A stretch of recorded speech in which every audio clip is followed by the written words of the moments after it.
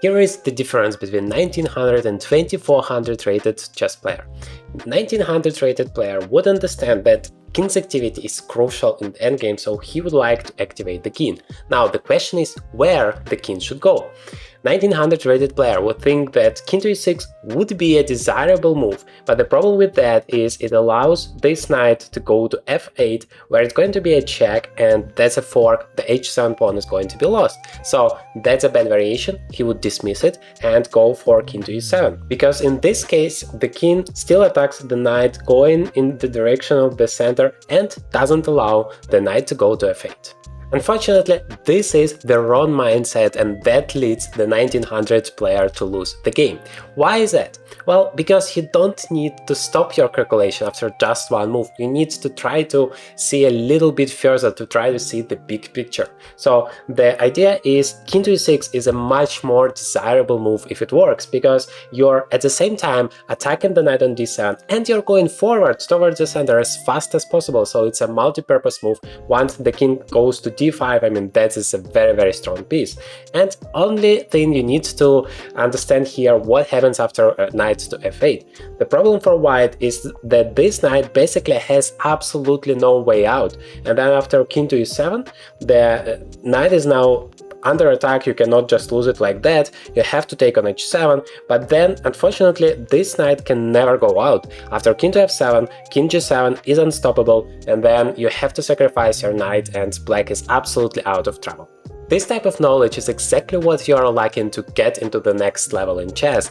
Let me walk you through this amazing game where I have played against 1900 rated player, and I'm gonna explain you in all details what the difference is.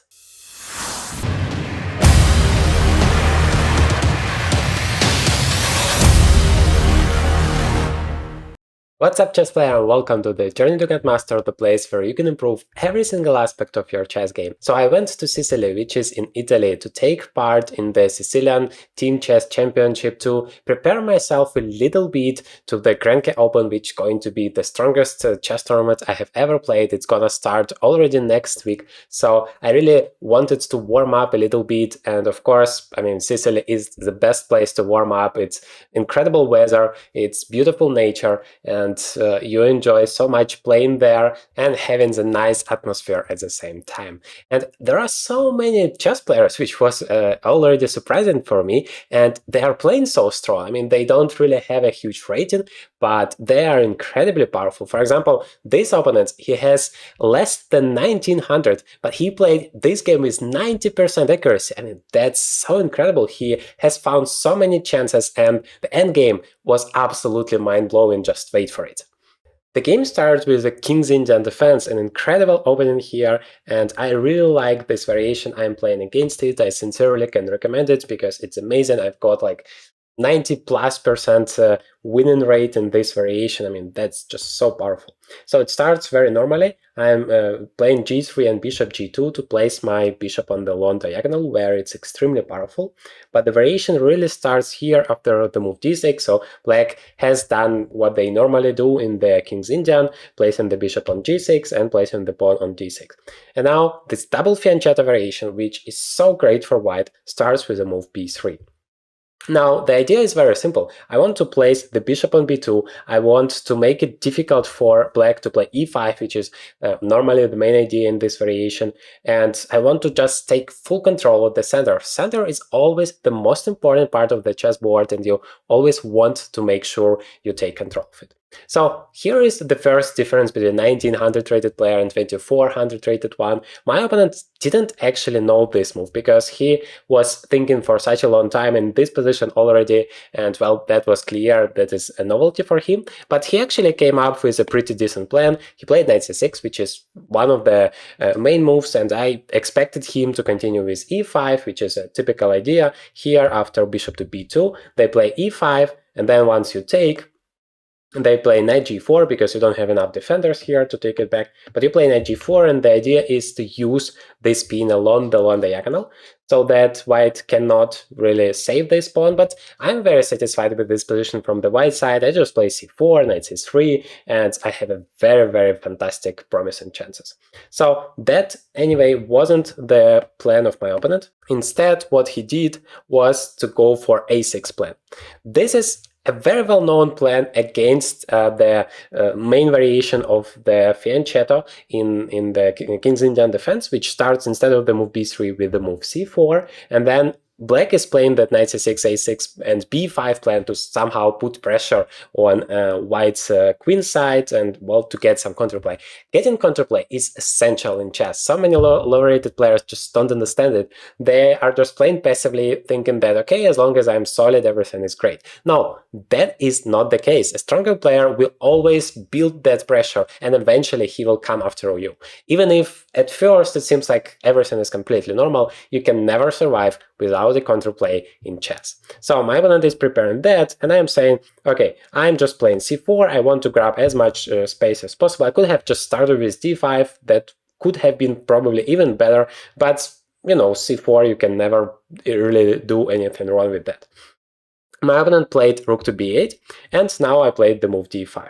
Well, I'm opening up now the diagonal for my b2 bishop, and I'm getting more space here, and I'm doing it with the tempo. So, well, objectively seems like there is nothing better than that. My opponent plays knight a5 because he knows his stuff. That is, by the way, very good in terms of 1900 rated player. He knows his variations pretty good here. He knew this plan, he's executing it pretty surely, and that is very important. You don't need to learn like thousands of openings. You just need to know a few of them, but on a very decent level, and then you're able to play it even against chess professionals. By the way, if you are struggling with openings, you are tired of trying to learn it and you can't remember all of the lines, I am there to help you because I recently have published the 10-day opening mastery course where you can build a complete holistic lifetime opening repertoire in just 10 days, both for white and black. Basically everything you need to know for many years to come about openings in chess.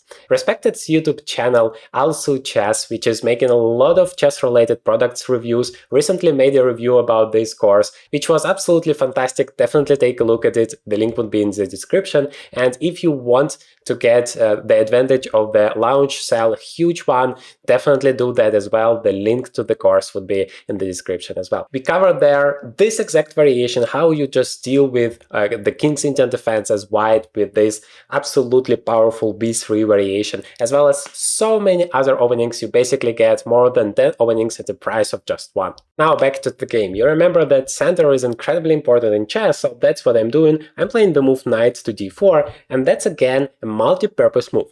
First of all, I am preventing black's idea to play c5 because now I have too many attackers for it. And I also make it more difficult for black to play b5 because, well, the knight is also putting pressure on that, and then the c6 square is going to be in trouble. For example, I can just take on b5, play b4, the knight is hanging, and then when the knight goes away, I play knight c6 and win basically an entire rook. So b5 is also impossible.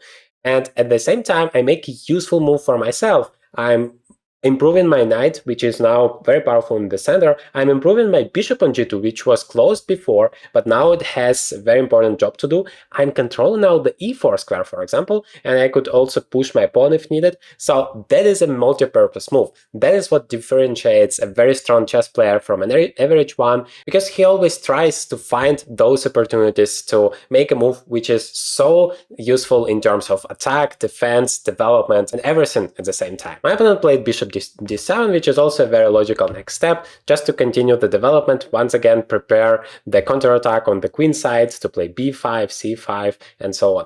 I played the move knight c3. The development is always the key. Doesn't matter what your rating is, whether it's 500 or 3500, you always need to bring all of your pieces into the game. It's like bringing all of your forces into the battlefield to be ready to crush your opponent. So I'm playing knight to c3, and now c5 is happening. Well, it's very logical. Black tries to get some initiative. That's very good. I mean, I admire sincerely this 1900 rated player. He's not a young one, but he played this game fantastically. So I'm taking here en passant because I don't want to go back. Like, you never go back if you have a choice, because my knight is hanging, so I can only go back. That would be losing time, that would be losing the initiative because my opponent gets another active move, he's gonna continue with b5. I don't want to allow that. That's why I'm taking en passant here, and then he has to take it back, and then I'm gonna have a free tempo. That is exactly how you play in chess if you want to play a very good game. So he plays knight takes e6 because he wants to bring this knight from the side of the board. As you know, the knight on the a file is not the best one. Okay, now I'm continuing my development. I am bringing my rook to c1. My opponent decides to simplify the position, which might be a very good thing if you're lacking some space in terms of the development. You see here, white is controlling more space than black, and for black it's more difficult to finish the development. So black is taken on d4. I am taking it back, of course, don't have any choice. And now black is playing bishop to c6, trying to exchange even more material, because the more pieces you bring off the board, the simpler it is, you have enough squares for all of your pieces in this case. Of course, I want to prevent that.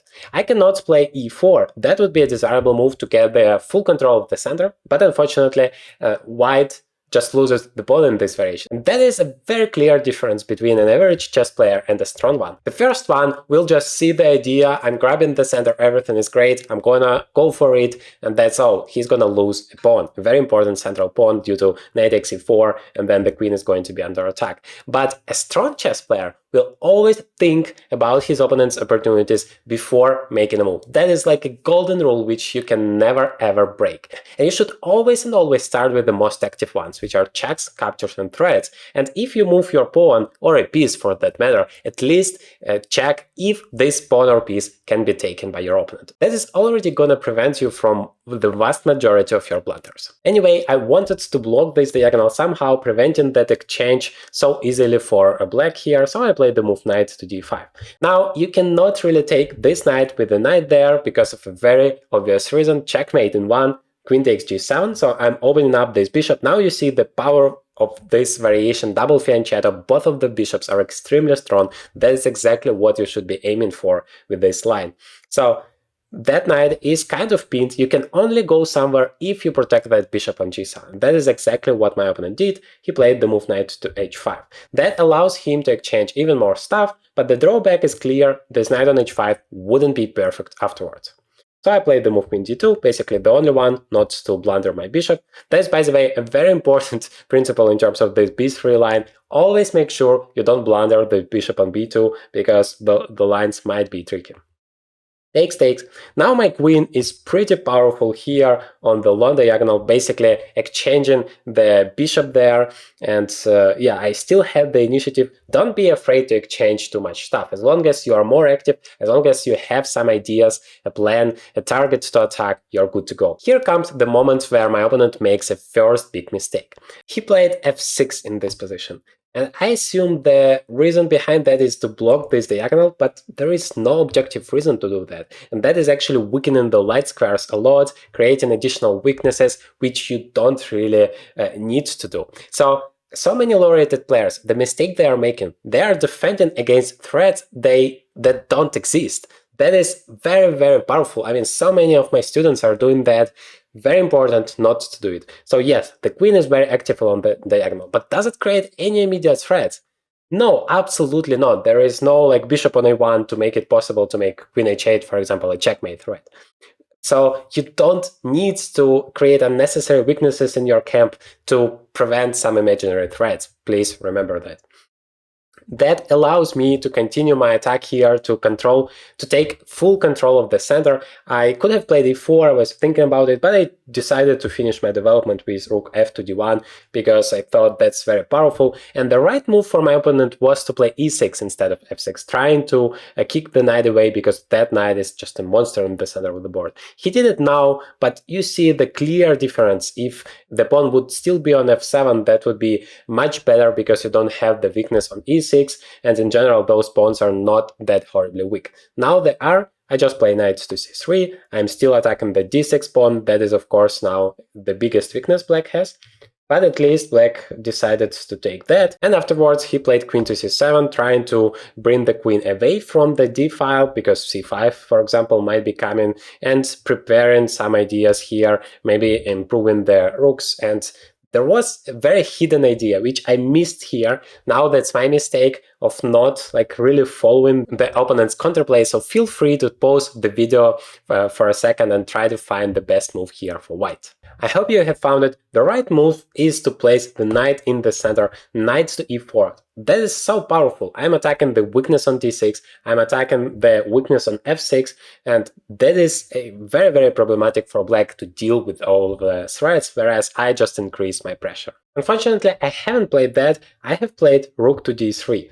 And now both me and my opponent were afraid of this move b5. I thought that's the only active move my opponent can make, so the variation somehow didn't feel that great for me. Actually, we both were wrong about it, because the computer says b5 is a mistake. Rook d3 is a mistake because it's not taking the chance I got after knight e4. That was the best opportunity. But b5 is also a mistake because I have some very tricky variations here which I wasn't really aware of. So the thing is, white can actually play knight e4, and my problem was that my opponent can take here, and if I take it back, which I anticipated I should do, then he plays something like queen to b7, and there are so many threats, and I didn't see any way to deal with all of them at the same time, because d5 is a threat to make a fork and win a piece, but f5 is also a threat, because suddenly this knight on e4 is pinned, and the rook on c4 cannot easily move, so I thought I'm in trouble here,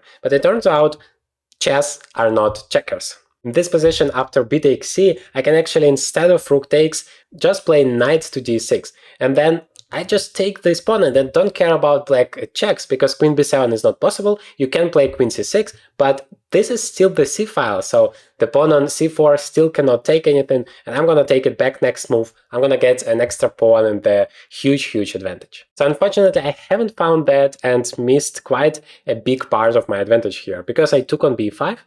My opponent took it back. I saw a very promising line, and that seemed like okay for me, and that is still better, but not just as good as doing the variation I have just shown you. So my opponent plays here queen to b7, and he calculated that very good. So once again, f5 is a huge threat, the knight is hanging, the only move I can make is f3, that's basically saving me out of trouble, and now my opponent can play d5. That is the entire purpose of the move d5 in the first place, because he wants to play d5 with the pawn on c4. It wasn't possible. Now it is. The drawback is, of course, that I control the c5 square, and I thought, well, my knight is so perfect here, what can be bad about that? I'm forking the pawn and the queen, so he has to protect that. He played queen to e7, and now I also play b4. That was the end of my variation when I took that pawn on b5. I thought that now I'm cementing that knight here. It's 100 times better than that knight on h5, and there is no way my 1900 rated player can escape out of trouble here. But I was wrong. He did. I mean, he played this game so amazingly good that I needed to outplay him in the very end in a absolutely mind-blowing endgame. Before I show it to you, big thank you to the sponsor of this video, the Chestnut company, for providing this Chestnut board, which I use now for all of my trainings and analysis. It's extremely functional and I enjoy doing it so much. It's just releases all of the pressure I had earlier thinking about training chess. It's like a huge motivating factor and just a very useful functionality. I have made a complete review about it. Feel free to take a look at it. The link will be in the description. And they are making now a huge discount, a special one for the viewers of our channel as well. So if you are interested in any of their products, not just this exact chess even board, which is their most fashionable one, but all of their products, you get a huge discount. Use the link in the description. My opponent played knight to g7 and actually made a very good series of moves now, improving his pieces.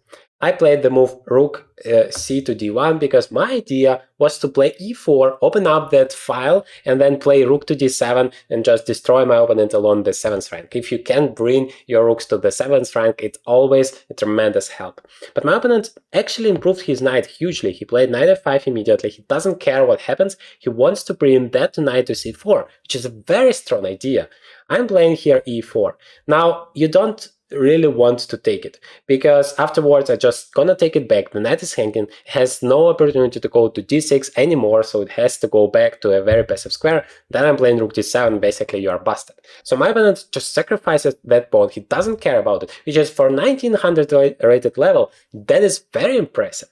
Like, this pawn is just a central one, very important, but he doesn't care absolutely, because the idea is I take it, he takes it back, I take it with the rook, he plays knight to c4, attacking my queen and threatens knight to e3. I mean, that is a huge counterattack. But I had also an idea in mind. I played here queens to e2 immediately, and now feel free to play knight c4. Now I'm gonna take on d5, and you cannot take it back. I get a very strong passer there. Knight e3 is not an idea at all, so that was my plan. Once again, my opponent finds a very good resource. He just didn't guess the right rook to go to e8. I mean, rook b to e8 would be even stronger. Let me explain you why. So here I took the pawn, I didn't see anything else I can do, and here at least I get to the endgame with an extra pawn, but it's not easy at all because my opponent has some compensation. Now you can see the difference. So I took the queen, he takes it back, and I take the pawn. Now the knight is hanging, there is no time for rook e2, so my opponent plays knight to c4. Now, if my opponent would have played rook b to e8, now this second rook would be on f8. What that means is I wouldn't have this rook d8 idea right now exchanging one pair of rooks. The difference is huge, because with two pair of rooks, black can create so many threats, and also knight e3 is a very direct, annoying threat, which I can easily deal now with the move rook to d8 or king to f2. But if the rook would be on f8, rook d8 wouldn't be possible at all. Knight e3 would still be winning the game. So always try to calculate a little bit further. That is what distinguishes a professional chess player from an average one.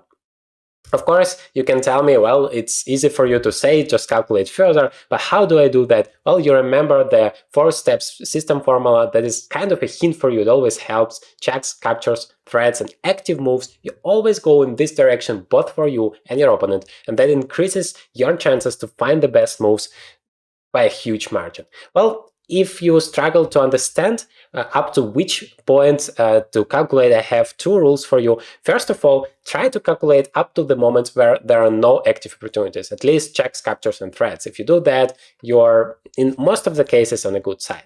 If that's too complicated for you, just calculate 3 moves ahead. In most of the cases, once again, that's going to be enough. Anyway, my opponent took the rook, he doesn't really have a choice. Well, rook e8 was also an interesting opportunity, but the main thing stays, I exchange one pair of rooks.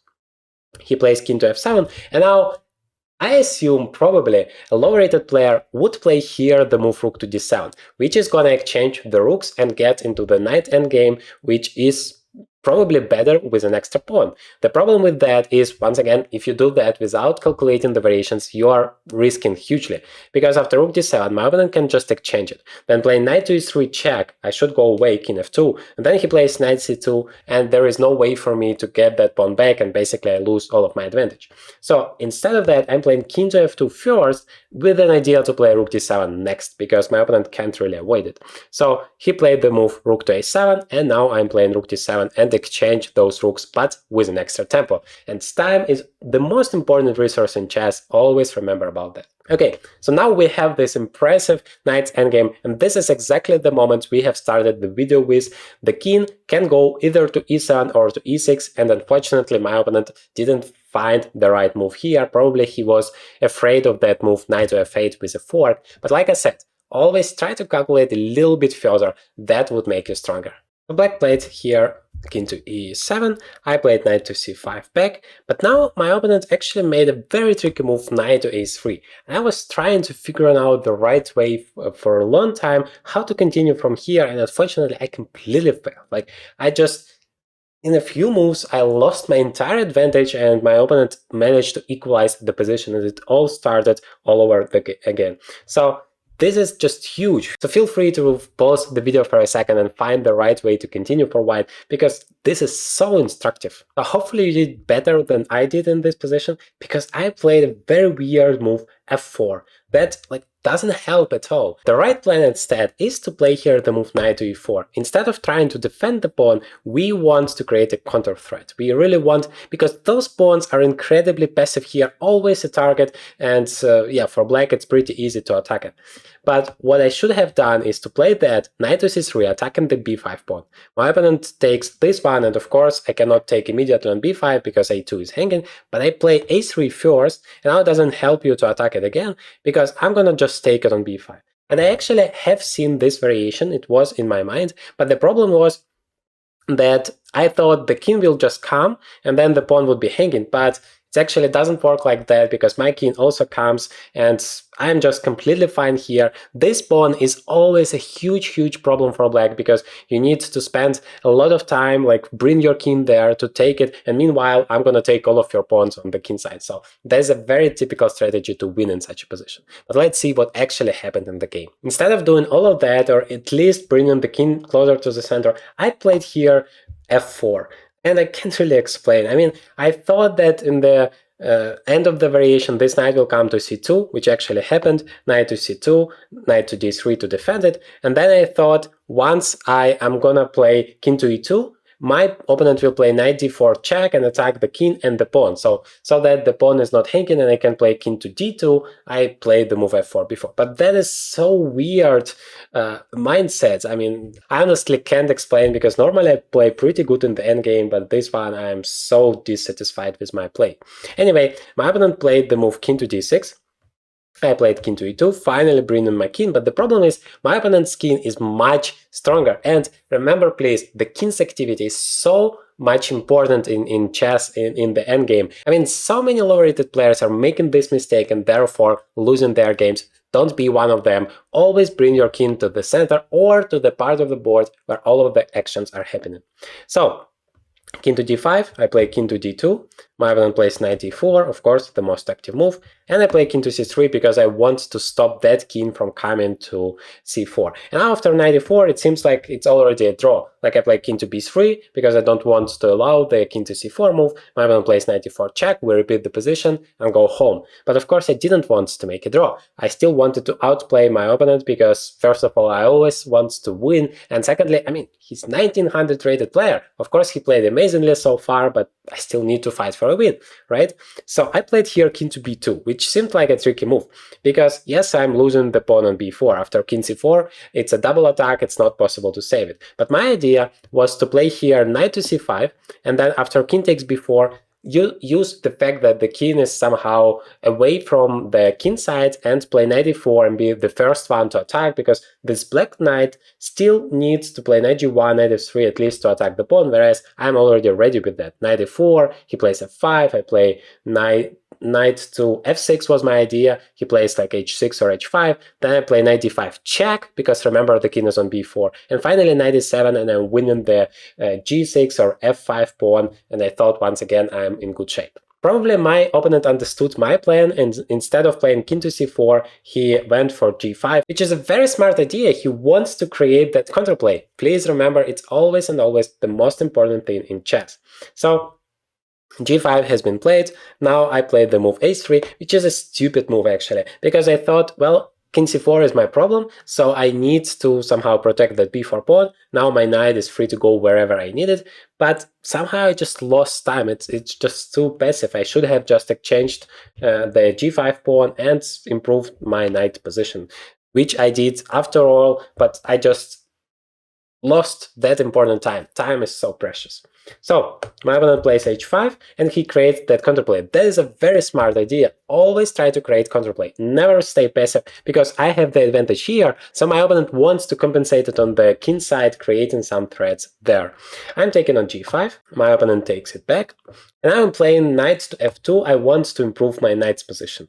I have an idea to play knight d1, where the knight will be controlling the c3 square, and then my plan is to play a4, because if I do it right now, then he's gonna take it. I play king to a3, and he can just play knight to c3, protecting that pawn, and I haven't achieved anything except for losing the pawn. So I want to control that square first, and then play a4. The problem is, my opponent is very smart. He already creates threats for me. So first he played the move g4, I go for my plan, and now he plays the move king to d4, just look at how powerful that king is. You see now the advantage of having an active queen in action. My knight basically has absolutely no active move, and my opponent creates a huge threat with this move. Namely, he wants to take on g3, sacrifice the knight, and then promote his pawn to a queen. Let's see what happens. Well, I thought I still need to go for my plan. I don't have anything else. My opponent just takes it to stop my pawn. I play the move king to h3, and now, thank God, I played knight d1 to help to stop this knight from coming to c3, otherwise I wouldn't get anything. Now if you play knight c3, I just exchange it and win thanks to that pass. But my opponent sacrificed the entire knight here on g3 just to create his counterplay. I mean, for 1900 rated level, such a plan is huge. Let me know what you think about it in the comments. I saw it coming, I had no chance to stop it, but I thought, I mean, that is total respect for my opponent. So I took it, I don't really have any choice. And I would be completely losing here if not for my counterplay. Once again, back to the importance of this counterplay, huge thing in chess. And that is what I'm doing here with the move b5. So I'm basically deflecting that king. If you want to stop the pawn, you need to go back with the king to c5. But then I just take on h4, and I'm in time to stop the pawn. After g3, I play knight to e3, and my h-pawn wins the game. So my opponent instead just took on g3, which is of course the right thing to do. I played b6. We don't have any choice. b7, and then my opponent promotes a queen, and I promote a queen. And we have an absolutely incredible position. So it's black to move, but there are absolutely no checks. Notice that g3 is covered by the queen, e3 is covered by the knight, and the knight is actually hanging, but you cannot take it because of queen d6 or queen d8 winning the queen. That is so powerful. And then we get this position. My opponent plays king to d3, where I have an extra knight. My opponent has 2 pawns. Objectively, of course, it's equal, and it must be a draw. But practically, it's so difficult to make a draw here as black, because white has this 100 million checks, and you need to be careful not to blunder anything, well, especially your queen, of course. I played here the move queen to b1, just attacking the king, and you cannot really go anywhere except of d2 square, because if you go to c4, there is knight b2, winning the queen. If you go to e2, there is knight c3, which is maybe it's still not winning, but very annoying. So my opponent played king to d2. I played here queen to b2 check. My opponent played king to e1. I played queen c3. It's not like I had a very concrete plan in mind, but I just wanted to create as many threats for my opponent as possible. I just didn't want to make a gift for him and just make a draw like that. Like, if he wants a draw, he has to deserve it. So that's what he tried to do. He played here king to e2. So I continue giving a lot of checks. I played queen to c2 here. My opponent played king to f3. And I played queen to f5. Well, continuing giving a lot of checks. My opponent played king to g3. I played queen to e5 check. And now, instead of going back to f3, which is a very good square actually for the king, my opponent went to to h3 with the king. And that is such a huge difference. That is exactly what differentiates a 1900 rated player for a 2400 rated player. I would never ever go to h3 if I have a choice, if I have such a square as f3. Now, the engine says king to h3 is a fantastic move, everything is good with it, just go for it, you don't understand anything, stupid human. But from a human perspective, king to h3 is not a move you want to make. Why? Because you don't want to go to the side, you have less chances there, less squares for the king, and that might be very dangerous. For a computer, he doesn't care, he's just gonna find all of the moves, because for him it's just very simple, I go here, you go there, calculate the variation. But as a human, well, feel free to deal with all of those fears of checkmate, of losing the queen, and that's exactly what happened in the game. But I assume if my opponent would have played king to f3, that would be much more difficult for me to get something out of this position. So he played the move king to h3. I repeated the position twice just to get some time, because I was constantly in time trouble. You have to understand that. And then I finally played the move knight to e3. So basically, I want to bring all of my pieces, which, well, 2 pieces there, and create some difficulties for the king. Of course, the drawback of this move is that now the queen is free to give a check, queen c1, but I thought, okay, I'm gonna take that pawn, and then maybe try to somehow maneuver with my king all the way to the black's king, and maybe with the help of all 3 pieces, create some difficulties. My opponent didn't want to do that. He played queen g3, which seems logical. You attack the queen. Of course, once the queens are off the board, there is no chance to win. I have just one knight. And the knight is pinned. Very important to make sure that the knight is not going. So it's a very human desire. But the problem is, once again, you see those pieces. They are like all together. It's called a cocoon defense, if you want. I mean, all of the pieces are together trying to help each other, but not always it's a good strategy. Actually, more often than not, it's not, because the king has absolutely no squares to go. Like, I play queen to h5 here, and you have to play queen to h4, which is, yeah, not that great. I played here queen to f7, and you already start to feel some pressure. Objectively, as far as I remember, that's still fine for black, but you need to find those very, very tricky moves, and that's not easy by any means. My opponent played queen to g3 back, which is already a huge mistake. Now it's becoming really a big problem for my opponent, because I played the move queen to h7. Once again, no choice. Queen to h4, and now I improve my queen's position hugely. I still prevent that check from e7, so no checks for my opponent, and I attack the g4 pawn, and my queen, like in the queen's endgame, always try to keep your queen in the center of the board, because it controls basically the entire board. That is what you should be aiming for, not on the side of the board where it controls very little squares. The same applies to the knight, of course. In the center, it controls as many squares as possible. Also, the g4 pawn is protected. The best move according to the engine is to play queen f2 now, sacrificing that pawn on g4, but still avoiding the checkmate. That's already not an easy decision for the human being. You want to save that pawn. So my opponent played the move queen to g3, and that is already completely losing, because now I have queen to h1 check. You don't have any choice, you have to play queen h2, and by the way, you can notice why king h3 was such a dangerous move now. And I'm playing queen to f1. Now, king to g3, you can find it yourself. Of course, white is winning, knight f5, checkmate immediately, and that is of course what's saving me, because otherwise king g3 would avoid all of the troubles my opponent would of course play. But he played king h4 instead, and now after queen f6, he has no way to save his queen, because after king h5 there is queen to h8, and after king h3 there is queen to h6, king to g3, and finally not knight f1, because now the knight is not pinned, and I am just winning that queen. So here you have it, the difference between 1900 rated player and 2400 rated one. I was actually amazed by the level of game my opponent showed in this game. You see, he played so well, but here you have the difference. Like, everybody can play a good game, but a professional chess player, he just makes less mistakes. He has more stability in terms of his decision. And you see, I also wasn't perfect in this game, actually far from it. Even though I have like 93% accuracy according to chess.com review, it doesn't tell you the whole story. I'm actually very dissatisfied with my play, because I had so good position out of the opening and didn't use all of my chances. But that's life, that's an opportunity for me to learn and never repeat my mistakes, hopefully just as it is for you, and you learned a lot out of this game.